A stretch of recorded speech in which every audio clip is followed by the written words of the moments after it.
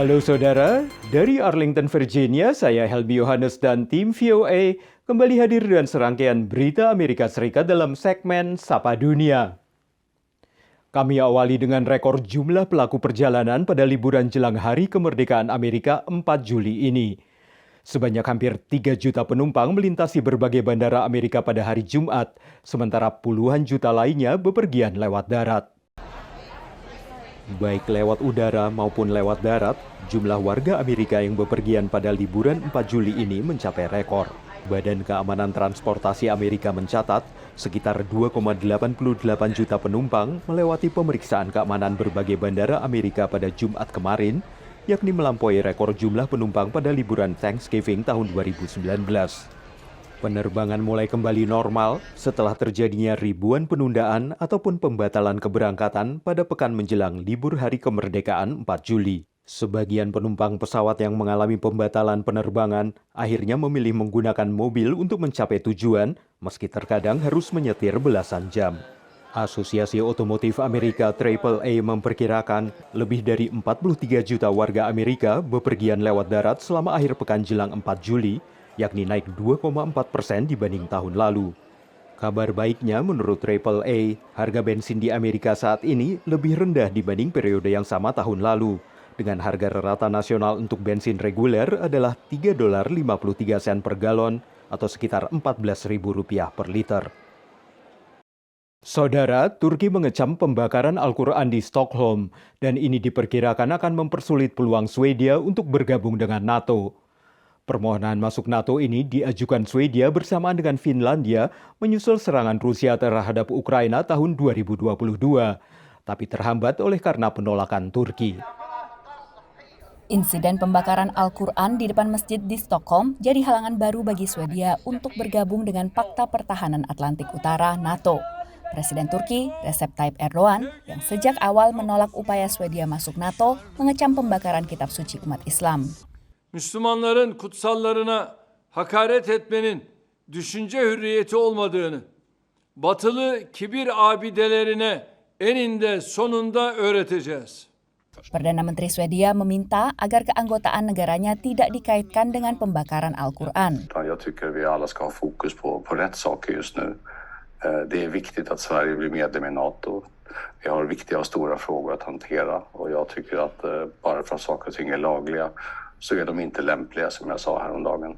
Erdogan menolak keanggotaan Swedia atas tuduhan Swedia membantu separatis Kurdi termasuk PKK, kelompok yang masuk daftar teroris AS dan Uni Eropa. Turki menuntut Swedia melarang dukungan publik ke PKK dan mengekstradisi anggota PKK ke Turki.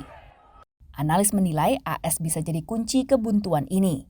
Turki berharap AS menyetujui penjualan pesawat tempur F-16 dan modernisasi angkatan bersenjata Turki. I do not think that Turkey will be willing to stop the NATO's enlargement process. But at the moment, the more Swedish membership is postponed, the better for Russia. Turki, Finlandia, dan Swedia berencana bertemu untuk membahas keanggotaan Swedia sebelum KTT NATO di Lithuania pada 11 Juli mendatang. Demikian laporan tim VOA. Beralih ke peringatan Hari Kemerdekaan Amerika Serikat 4 Juli yang biasanya dirayakan dengan pesta kembang api, termasuk di ibu kota Amerika Serikat yang dihadiri ribuan warga dan pengunjung. Tapi sejumlah kota Amerika lainnya tahun ini urung menggelar pesta kembang api dengan alasan menurunnya kualitas udara akibat kebakaran hutan di Kanada.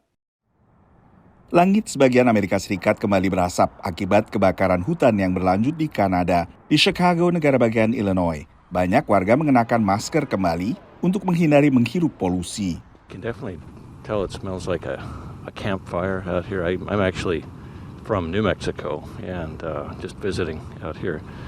And we've had some fires out there in the past, and it reminds me of the smoky fires from California that blow into New Mexico. Begitu parahnya kondisi udara, sejumlah kota di Amerika Serikat membatalkan pesta kembang api yang biasanya diselenggarakan untuk menyambut Hari Kemerdekaan AS 4 Juli. Kota Flagstaff, negara bagian Arizona, dan Aspen, Colorado, mengganti pesta kembang api dengan atraksi laser. Sementara Salt Lake City, Utah, dan Boulder, Colorado, menggantinya dengan pertunjukan drone warna-warni. Perayaan HUT kemerdekaan AS alternatif ini mendapat respons positif ahli medis. What gives them their color, the blues, the greens, the vibrant reds, are essentially metals like copper. Copper gives you blue, or strontium, which gives you the bright red we see in the fireworks.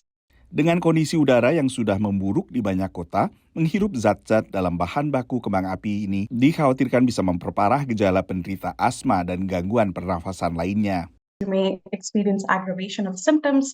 Shortness of breath is a common one. Sometimes you have a sort of irritation in your eyes. Selain kualitas udara yang menurun, satu lagi yang bisa mengancam kesehatan warga pada perayaan 4th of July kali ini adalah gelombang panas di sejumlah wilayah selatan, termasuk Texas. Demikian laporan tim VOA. Kini kita tengok Alia Sarah Lawindo yang lahir dan besar di Amerika tapi sejak kecil sudah diperkenalkan dengan budaya Minang oleh kedua orang tuanya. Alia adalah mahasiswi di American University di Washington DC dan baru saja menyelesaikan program Study Abroad di Fakultas Ilmu Sosial dan Politik Universitas Gadjah Mada, Yogyakarta.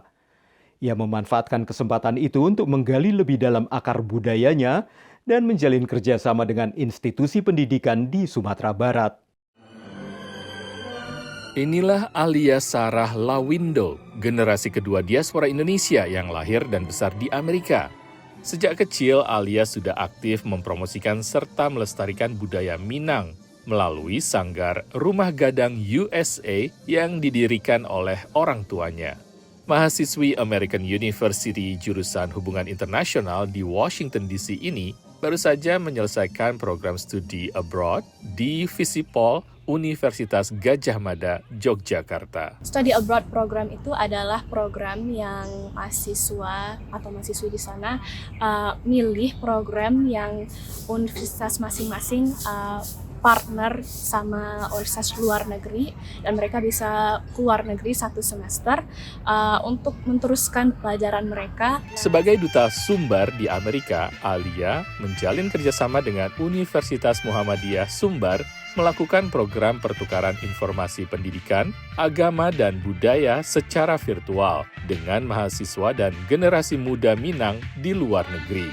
Bagi Quinta Zahra Ainur Rahmah, mahasiswi UGM asal Padang Panjang, berinteraksi dengan generasi kedua Minangkabau dari Amerika seperti Alia, memberi pengalaman tersendiri. Banyak ternyata nilai-nilai dan poin-poin yang bisa saya pelajari, yang bisa saya ambil dari Alia. Bagaimana ternyata saya juga kurang mampu melihat Minangkabau sebagai kebudayaan saya sendiri. Peranan orang tua tentunya amat besar dalam membentuk jati diri Alia. Saya berharap juga nilai-nilai budaya ini bukan budaya Minang aja. Sebenarnya dari budaya kita yang sangat kaya di Indonesia itu sebenarnya punya opportunity dia untuk tumbuh dan berkembang di Amerika.